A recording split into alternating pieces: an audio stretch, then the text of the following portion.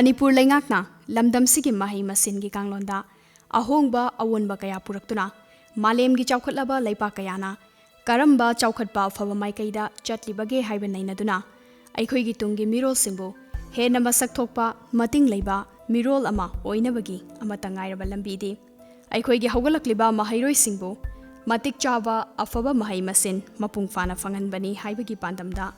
Kumang Chausina Taudan Kaya Panglakli. Communication is very important to be successful, number one. The proposal was much keeping in view of the academic calendar in our state. So, National Initiative for School Heads. Sini Diksha Digital Infrastructure for Knowledge Sharing है. अफवाह तो लेकिन knowledge मैया atom तो लेकिन मैया से share करने लगी एक्सप्लेन अब अगर educate करने लगी अदुकी common knowledge platform अम्मा अदु दरकार लेकिन वैसे ACR के लिए कोई state की वजह BBA वैसे नारों करने का अजय इकाई कुमनबद मतिक चारबा इकाई कुमनजरीबा सार Radheshyam education minister government of Manipur नसे कोइना सारगी दलाक्सदुना सारगे सुगमना चिल्लबा मतमसदा मतम खितंग काइथोपिदुना अखोइना खंजनिंग बखरा सारदगी खंजनबगी तंजा अमा लौजबसिदा सारना हरौ याबिदना मतम काइथोपिबगी दमक्ता सारबु टोम टीवी गी माइकाइदगी इकाई कुमनना थागतचरी इकाई कुमना उच्चरी अमदी अहाकु तंजा अमा पीबीबगी दमक्ता चैनल से वइना हानिंगा लेतन थागतचरी अखोइना ngasi sarga unajabagi achobu maram ama haijaragadi lamdam sida ngasi lengak amadi sarna lokhatpikraba lokhatpirakadaba akhanaba mahi masin goiba thorang singi matangda akhoi punna khangminaba yaba wafamsing sardagi khangjanaba tancha lujabani akhoi mioi basi pokpa kanna social animal oina pokpa adubu good human beings proper education quality afaba education pira kanda wan thok leiba afaba education phangala kanda afaba mioi ba ma oiba aduna education is yamna important oiba sector amani हाना मयाम नसु तोंगान तोंगान बा educator मयाम वा वाखललोन फजबा खनबा मयाम न तोंगान तोंगान बा idea पिरक्तन ngasi disi stage रा अफबा education system अम लेरे अदुबु as society advances अदुम Ahom कयाम लाकवा फिबम तोंगान तोंगान फिबम कयाम लाकना मरम मोर कांदा education system नसु Ahom लाकवा दा काले कोई मणिपुर के एजुकेशन सिस्टम दा मयाम न हाइनाबा क्वालिटी याउदे अदगी बजकी मॉडर्न टाइम्स की चाना वाले है तोंगान तोंगान आइडिया कयाम पिबि मैम लौसिन जरकान अखोनसु हाना लेरम सिस्टम से करी करी इम्प्रूवमेंट तौर अखोई हौरब नहासिंग से करम मौन प्रिपेयर तौगदगेना अखोई एजुकेशन डिपार्टमेंट अखोई टीम से चंगा कन्न होनजै सिसिंगजी मनुंगदा ख्वाइदि मरु ओइबसे छात्र सिना ख्वाइ मरु ओइबा छात्रगी टारगेट से अखोई फोकस से छात्र दो ओइगदो हाइदि नौरिबा अंगांसिंगदा सिदैसिदा चंगी पोची इंफ्रास्ट्रक्चर हाइदी अकोइरु लेरबा मागी क्लासरूम स्कूल बिल्डिंग अदगी गार्डन लाइदर स्कूल की इंफ्रास्ट्रक्चर से अनी सुबद ओजा से प्रोफेशनल ओइबा क्वालिटी लेबा हईबा ओजा का छात्र का रिलेशनशिप याम फब गुरु शिक्षा परंपरा गाइदो मदु फजना लेरब कांदा अफब टीचिंग अफब केनो से लाकदोने मसीदा यान नामदा कोई अचौब चैलेंज से इंक्लूसिवनेस हाइबदी अंगांसिंग मसा मु फब अंगांसिंग सो ईश्वर पीबीरपदा मयाम मानद्रब मिमानद्रब डिसेबल ओइबा कांगुसो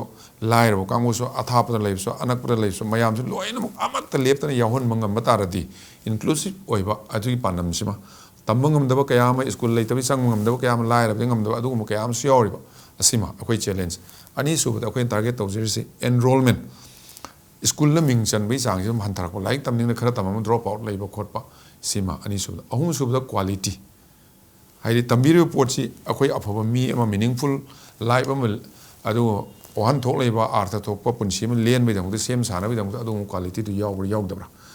मॉडर्न टेक्नोलॉजी सिनरगा क्रमाइना क्वालिटी सि ऑन बी आई हाइबन चिंगबा सिदैसिदा अखोइना फोकस तबे तोंगान तोंगानबा स्टेप कयामा अखोइना लौकतसे मसीगी अखोई इनिशिएटिव सि फन असि मयामसि फंगनबे दमक पांडमसि फंगनबे दमकता अखोइना अखोई सरकार ने स्कूल फगलनसी हाइबा मिशन अमा लौकतचरगा इंक्लूसिव ओइबा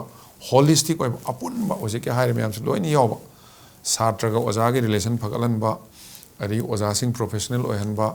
स्कूल जिरा अखोई कनो का फजानबा फनबा अवार पालेहनदबा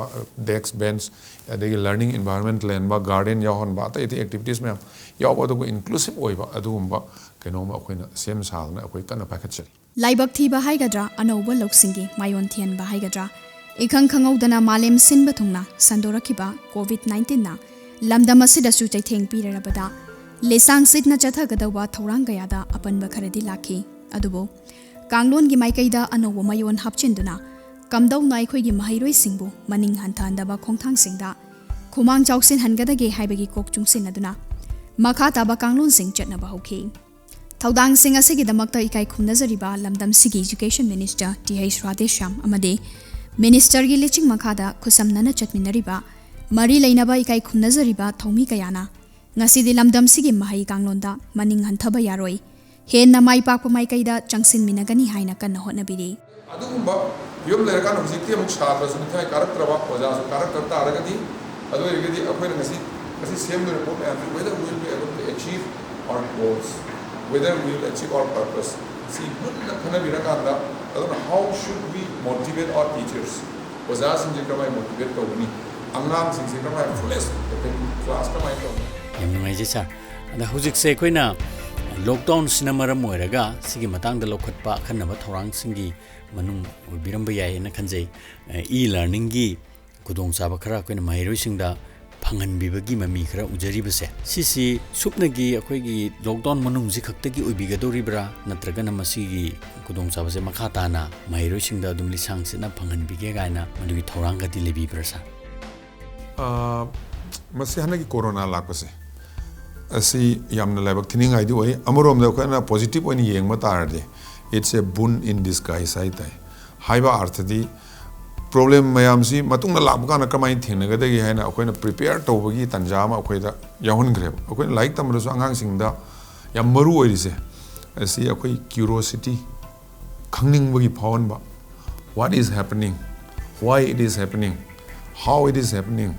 when it is happening why it is happening where it is happening how when what where 하이브리징 시 ꯃꯌꯥꯝꯁꯤ ꯍꯪꯕ ꯑꯃ ꯆꯪꯉꯤꯕ ꯁꯨꯃꯥꯏꯅ ꯂꯩꯕ ꯁꯨꯃꯥꯏꯅ ꯑꯩꯈꯣꯏ ꯃꯤꯄꯨꯝ ꯈꯨꯗꯤꯡꯃꯛꯁꯨ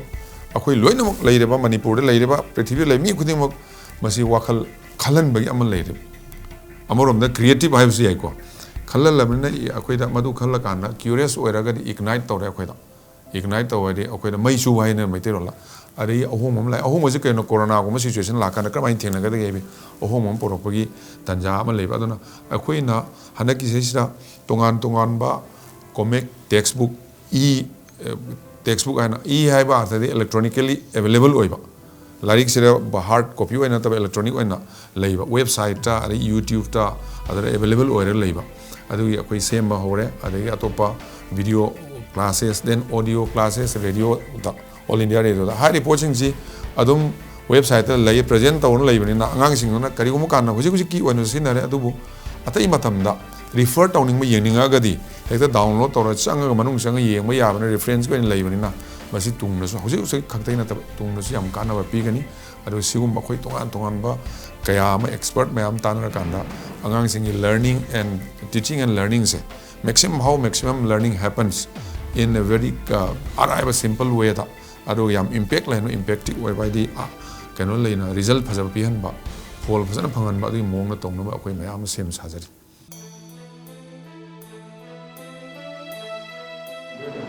corona is kai ko khangna ba thimi na mai to akoi syllabus se karam mongna sem sigi hai se na to ira kanda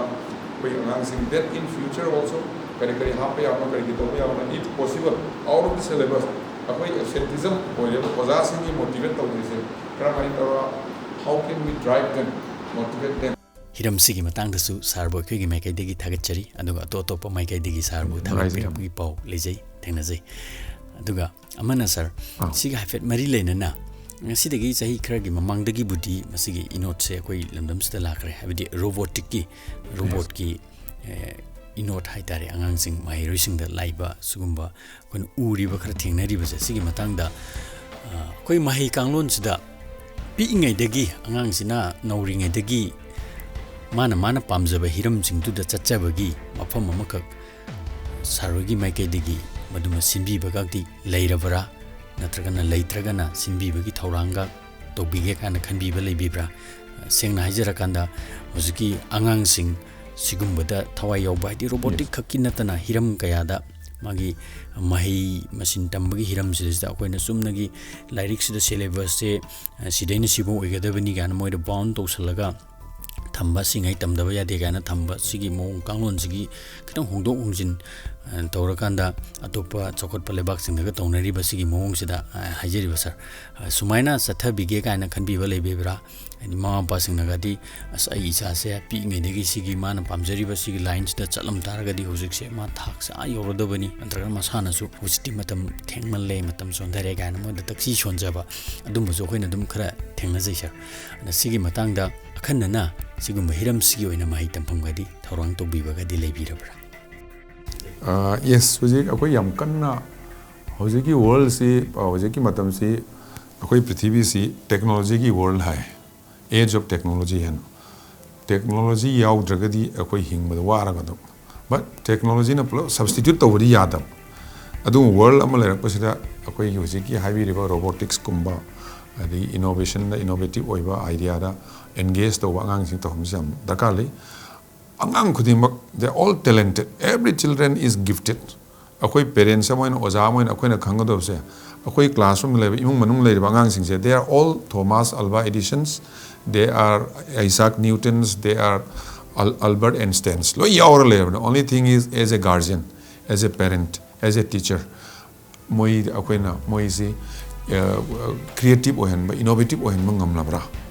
ai mayam de example bi jagi se lakse dringai da Apple की मरु से पिसक pick बने अखोई की चाब कान thin बने याम तुमगा थबी मरु हमना but apple C अखोई ना apple C मरु से says दा थारा मतुंग ना उ चाउना होरानी मसा यावरानी एप्पल मयाम पालानी every all the branches the tree the fruits thousands of apples for so many years सही क्या पांगन एप्पल में मरु दो लो यावर ले रमने अखोई ना हापन ते already there adumai tawna angang sing si loina yaur leire only thing is as a gardener akoi garden panaba mali moina orchard keeper moina akoi thodi mafam chaba har leiba jaga thabiba ising jang ne saibiba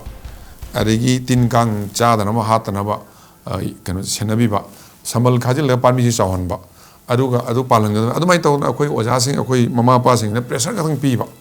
angang si creative oina creative idea anu idea khan curious खंगनिंग में यावन मंगसा है ना इसे बताओ creative ओइबा अनोबा idea से action on top of innovation को ओइबा अदंग साये सोमना ताकपीरेबा ma'am हंगबीरिबा computer की रोबोटिक्स की लाइरे मैम से इनोवेशन ने सिंगे होजि पृथ्वी दा ख्वाइदगी इनोवेटिव ओइबा कंट्री से इजराइल से मोय अंगांग सिंग से रिसर्च तौन खाना सानन मसे अदो अखोई मणिपुर दसो मसिंग प्रोग्राम क्या का पाखले अखोई स्पोर्ट्स गेम्स एंड स्पोर्ट्स अदगी स्कूल लेवल की तोगान तोगान वोकेशनल सब्जेक्ट अदगी गार्डनिंग क्रिएटिव ओइना अखोई मैम यावल सी मनुंगदा अटल टिंकरिंग लैब हाइदना प्योरली अंगांग सिंग दमक तोइबा स्कूल दा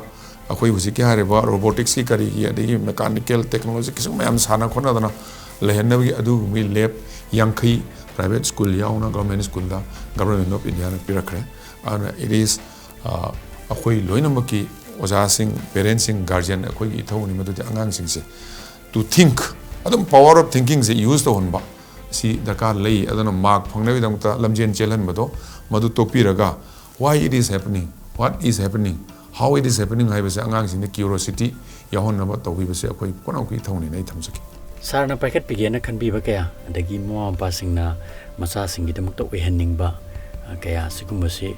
ओजा सिंगी मतेंग ओजा सिंगी थौदांग याउद्रगदी मसे अमता ओइथोइदोइनिना ओजा सिंगी मतंग दसु सारना हाइबिनिंगबा लेरगदी मदुसु कित पनबिउना सर अखोइगी एजुकेशन दा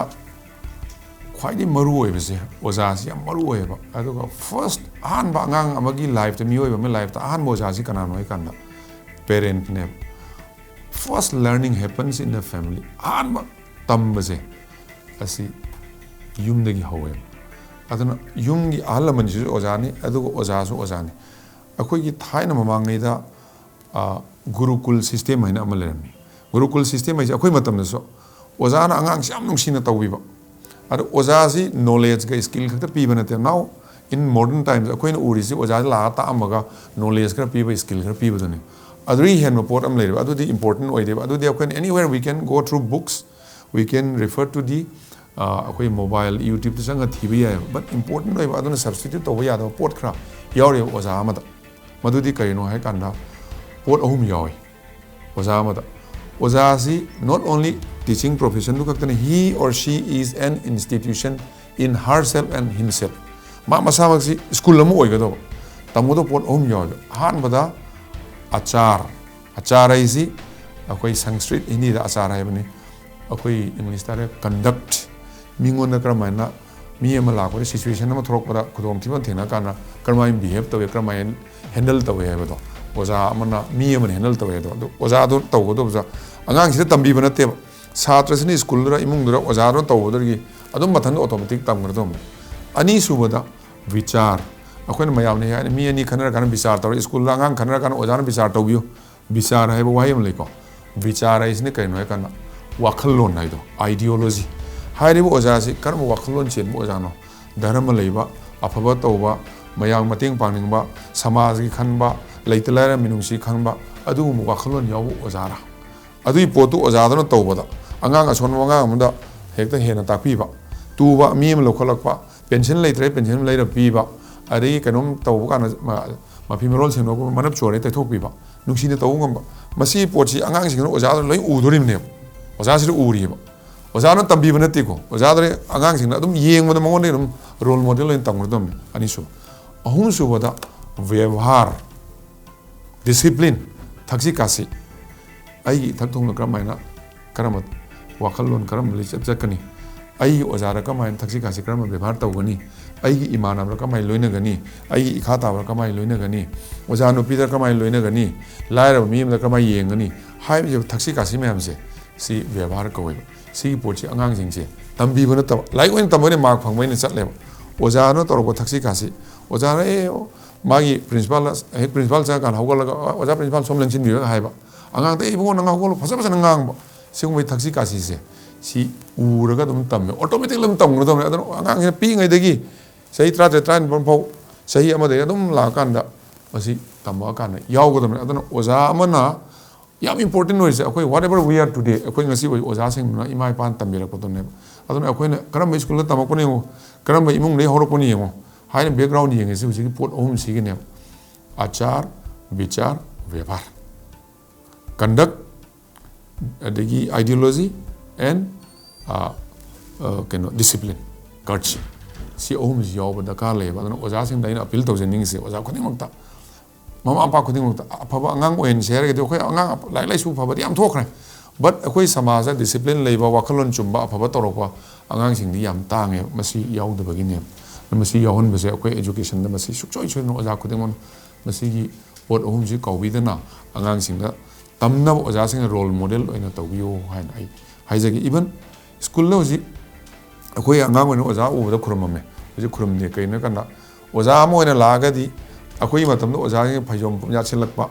अदि फिरोल नाना सेले होजी की ओजा जिन नम सेल हाफ सार नम टी सार लेला लामेना क्लास 11 12 को ममाना बोइन उरमने रेस्पेक्ट टू सम कमान तौट अदन ओजा सिंग नमाना प्रेजेंट तौगाना मसाना सेट पचाबा सिसो याम इंपोर्टेंट ओइ सिने इन मयाम न थमजनिंगस थोइदोक हेंदोकपा वाफम कयाबु इनखलकलिबा नहासिंग पिकलिबा महाइरोइसिंग अमदि ममा मपा ओइबा खुदिंगमक्ता पाउजेल ओइना पिबिरक्तुना मियामना मपुंग फाना सौगतपिरबदि मियामगिदमक याइफा थौरांग पाइखटके हाइना थौरांगलिबा कया आसी सोइदना माइ पाकनी हाइना पुक्निंगी वारोल थंबिरक्ले याम नुंगाइजे सर गी चिल्लबा मतम कया काइथोकपिदना ngasi अखोइना सर बु नजबसिदा सरना ममन यामना वाफम कया थंबिबा मसिगिदमक्ता टोम टीवी की माइकैदिगी सर बु अमुक सहाना थागतचरी थैंक यू याम नुंगाइजे